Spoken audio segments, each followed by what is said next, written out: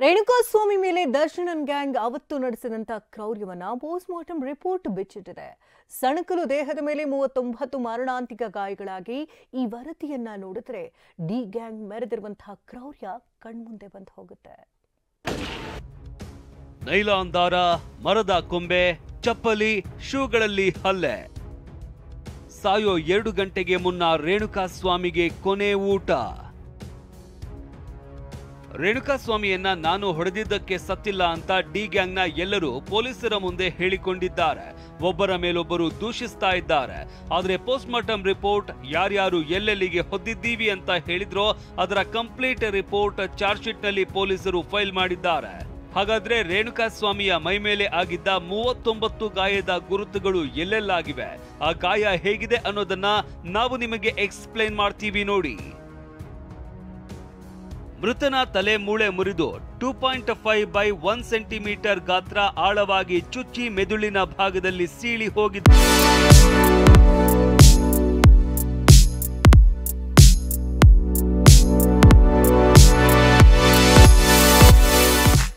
ತಲೆಯ ಹಿಂಭಾಗ ತಲೆ ಕೂದಲು ಸಾಲಿನ ಸ್ವಲ್ಪ ಕೆಳಗೆ ಕುತ್ತಿಗೆಯಲ್ಲಿ 3/2 ಸೆಂಟಿಮೀಟರ್ ಮೂಗೇಟಿನಿಂದ ರಕ್ತ ಹೆಪ್ಪುಗಟ್ಟಿದ ಗಾಯವಾಗಿದೆ.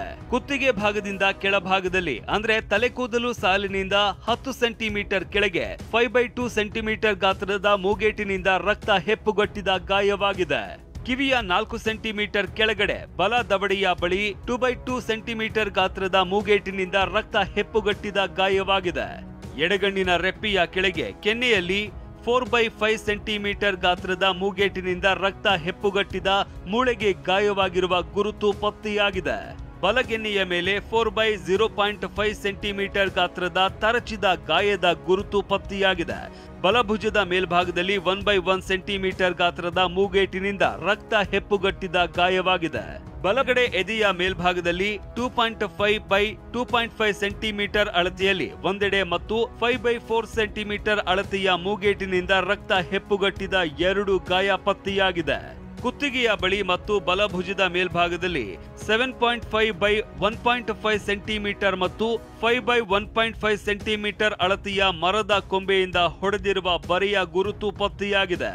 ಎಡಭುಜದ ಹಿಂಭಾಗದಲ್ಲಿ 15 by 18 ಸೆಂಟಿಮೀಟರ್ ಅಳತೆಯ ಜಾಗದಲ್ಲಿ 12 by 2.5 ಸೆಂಟಿಮೀಟರ್ ನಿಂದ 1/1 ಸೆಂಟಿಮೀಟರ್ ಉದ್ದ ಮತ್ತು ಅಗಲದ ಮೂಗೇಟಿನಿಂದ ರಕ್ತ ಹೆಪ್ಪುಗಟ್ಟಿದ ಹಲವು ಗಾಯಗಳು ಪತ್ತೆಯಾಗಿದೆ.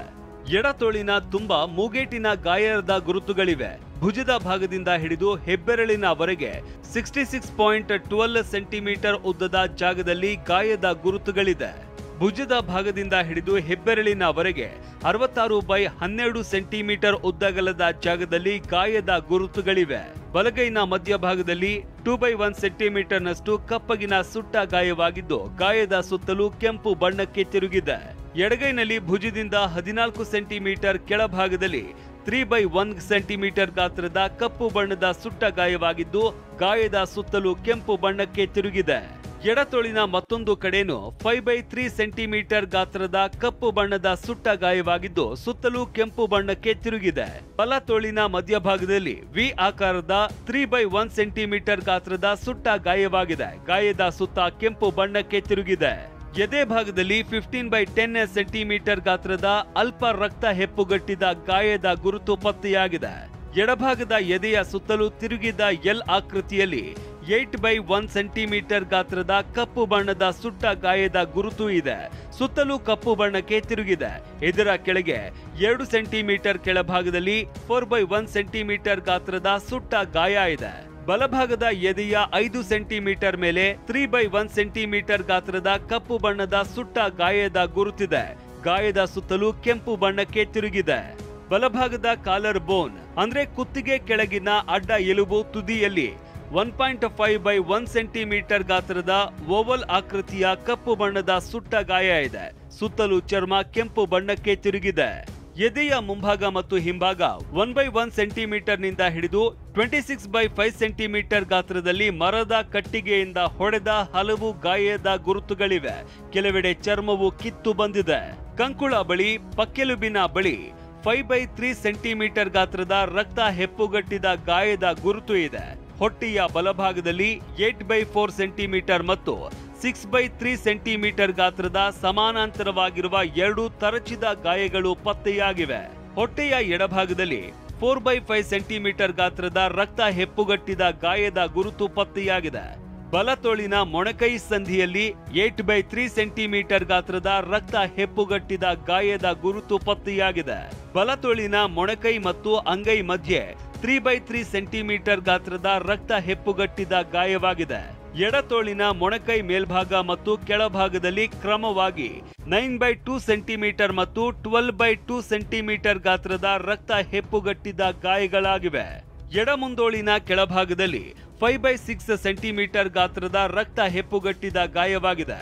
ಎಡಗೈ ಮಣಿಕಟ್ಟಿನ ಬಳಿ ಅಂಗೈನಲ್ಲಿ 6x3 ಗಾತ್ರದ ರಕ್ತ ಹೆಪ್ಪುಗಟ್ಟಿದ ಗಾಯಗಳಿವೆ. ಬಲ ಅಂಗೈನ ಹೆಬ್ಬೆರಳಿನ ಬಳಿ 7x5 ಸೆಂಟಿಮೀಟರ್ ಗಾತ್ರದ ರಕ್ತ ಹೆಪ್ಪುಗಟ್ಟಿದ ಗಾಯಗಳಿವೆ. ಎಡಭಾಗದ ಸೊಂಟದ ಮೂಳೆಯ ಬಳಿ 3x2 ಸೆಂಟಿಮೀಟರ್ ಮತ್ತು 2x2 ಸೆಂಟಿಮೀಟರ್ ಗಾತ್ರದ 2 ಗಾಯಗಳಿವೆ. ಬಲ ತೊಡೆಯ ಮುಂಭಾಗ 2x1 ಸೆಂಟಿಮೀಟರ್ ಮತ್ತು 1x1 ಸೆಂಟಿಮೀಟರ್ ಗಾತ್ರದ ಗಾಯಗಳಿವೆ. ಬಲ ತೊಡೆಯ ಹಿಂಭಾಗದಲ್ಲಿ ಮರದ ಕೊಂಬೆಯಿಂದ ಹೊಡೆದಿರುವ 9x1.5 ಸೆಂಟಿಮೀಟರ್ ಮತ್ತು 5x1.5 ಸೆಂಟಿಮೀಟರ್ ಗಾತ್ರದ 2 ಗಾಯಗಳಿವೆ. ಎಡ ತೊಡೆಯ ಮುಂಭಾಗದಲ್ಲಿ 9.0.5 ಸೆಂಟಿಮೀಟರ್ ಗಾತ್ರದ ತರಚಿದ ಗಾಯಗಳಾಗಿವೆ. ಬಲಗಾಲಿನ ಮಧ್ಯಭಾಗದಲ್ಲಿ 2.5x1.5 ಸೆಂಟಿಮೀಟರ್ ಗಾತ್ರದ ರಕ್ತ ಹೆಪ್ಪುಗಟ್ಟಿದ ಗಾಯಗಳು ಪತ್ತೆಯಾಗಿವೆ. ಎಡಗಾಲಿನ ಮಧ್ಯಭಾಗದಲ್ಲಿ ಅಡ್ಡಲಾಗಿ 5x1.5 ಸೆಂಟಿಮೀಟರ್ ಗಾತ್ರದ ರಕ್ತ ಹೆಪ್ಪುಗಟ್ಟಿರುವ ಗಾಯಗಳಿವೆ. ಎಡ ಪಾದದ ಮೇಲ್ಭಾಗ 3x0.5 ಸೆಂಟಿಮೀಟರ್ ಗಾತ್ರದ ತರಚಿದ ಗಾಯವಾಗಿದೆ. ಬಲ ಪಾದದ ಮೇಲ್ಭಾಗ ಹೆಬ್ಬೆರಳಿನ ಬಳಿ 7x4 ಸೆಂಟಿಮೀಟರ್ ಗಾತ್ರದ ತರಚಿದ ಗಾಯಗಳಾಗಿವೆ. ಹೀಗೆ 38 ಗಾಯಗಳ ಬಗ್ಗೆನೂ ವಿಕ್ಟೋರಿಯಾ ಆಸ್ಪತ್ರೆಯ ವೈದ್ಯರು ರೇಣುಕಾಸ್ವಾಮಿ ಮರಣೋತ್ತರ ಪರೀಕ್ಷೆ ವರದಿಯಲ್ಲಿ ಉಲ್ಲೇಖಿಸಿದ್ದಾರೆ. ಅಷ್ಟೇ ಅಲ್ಲ, ರೇಣುಕಾಸ್ವಾಮಿ ದೇಹದ ಮೇಲಿನ ಈ ಗಾಯಗಳು ಆಗಿರುವುದು ಹೇಗೆ ಅನ್ನೋದರ ಬಗ್ಗೆನೂ ಕೆಲವು ಅಭಿಪ್ರಾಯವನ್ನ ವ್ಯಕ್ತಪಡಿಸಿದ್ದಾರೆ. ರೇಣುಕಾಸ್ವಾಮಿ ಮೈಮೇಲೆ ಬಿದ್ದಿರುವ ಬರೆಗಳು ನೈಲಾನ್ ದಾರ ಅಥವಾ ಮರದ ಕೊಂಬೆಯ ಏಟಿನಿಂದ ಬಿದ್ದಿರಬಹುದು ಅಂತ ವೈದ್ಯರು ಅಭಿಪ್ರಾಯಪಟ್ಟಿದ್ದಾರೆ. ಮೈಮೇಲೆ ಆಗಿರುವ ಸುಟ್ಟ ಗಾಯಗಳು ವಿದ್ಯುತ್ ಶಾಕ್ ನೀಡಿದ್ದರಿಂದ ಆಗಿರಬಹುದು. ಕೆನ್ನೆ ಮೇಲೆ ಆಗಿದ್ದ ರಕ್ತ ಹೆಪ್ಪುಗಟ್ಟಿದ ಗಾಯಗಳು ಚಪ್ಪಲಿಯಿಂದ ಹೊಡೆದಿದ್ದಕ್ಕೆ ಆಗಿರಬಹುದು ಅಂತ ಹೇಳಿದ್ದಾರೆ. ತಲೆಗೆ ಆಗಿರುವ ಗಾಯ ವಾಹನದ ಕಬ್ಬಿಣದ ಬಂಪರ್ಗೆ ಗುದ್ದಿಸಿದಾಗ ಆಗಿರಬಹುದು ಎಂದಿದ್ದಾರೆ. ಮರದ ಕೊಂಬೆಯಲ್ಲಿ ಹೊಡೆದಾಗ ಕುತ್ತಿಗೆ ಭಾಗಕ್ಕೆ ಗಾಯ ಆಗಿರಬಹುದು. ಅಥವಾ ಶೂ ಚಪ್ಪಲಿ ಧರಿಸಿದವರು ಬಲವಾಗಿ ತುಳಿದಾಗ ಕುತ್ತಿಗೆ ಮೇಲೆ ಗಾಯ ಆಗಿರಬಹುದು ಅಂತ ಮರಣೋತ್ತರ ಪರೀಕ್ಷೆ ನಡೆಸಿದ ವೈದ್ಯರು ಹೇಳಿದ್ದಾರೆ. ಈ ಎಲ್ಲ ಹಲ್ಲೆ, ರಕ್ತಸ್ರಾವ ಮತ್ತು ಶಾಕ್ನಿಂದಾಗಿ ಜೂನ್ 8ರಂದು ಸಂಜೆ 6ರಿಂದ 7 ಗಂಟೆ ಮಧ್ಯದಲ್ಲಿ ರೇಣುಕಾಸ್ವಾಮಿ ಮೃತಪಟ್ಟಿದ್ದಾನೆ ಅನ್ನೋದನ್ನ ಮರಣೋತ್ತರ ಪರೀಕ್ಷೆ ನಡೆಸಿದ ವೈದ್ಯರು ವರದಿಯಲ್ಲಿ ಉಲ್ಲೇಖಿಸಿದ್ದಾರೆ. ಇನ್ನು ಘೋರ ವಿಚಾರ ಏನಂದ್ರೆ, ರೇಣುಕಾಸ್ವಾಮಿ ಸಾಯೋದಕ್ಕೂ 1-2 ಗಂಟೆಗಳ ಮುನ್ನವೇ ಕೊನೆಯ ಊಟ ಮಾಡಿದ್ನಂತೆ. ಮರಣೋತ್ತರ ಪರೀಕ್ಷೆ ವರದಿಯನ್ನ ನೋಡಿದ್ರೆ ಅವತ್ತು ಡಿ ಗ್ಯಾಂಗ್ ಮೆರೆದಿರುವ ಕ್ರೌರ್ಯ ಕಣ್ಣು ಮುಂದೆ ಬಂದು ಹೋಗುತ್ತೆ. Bureau report, TV9.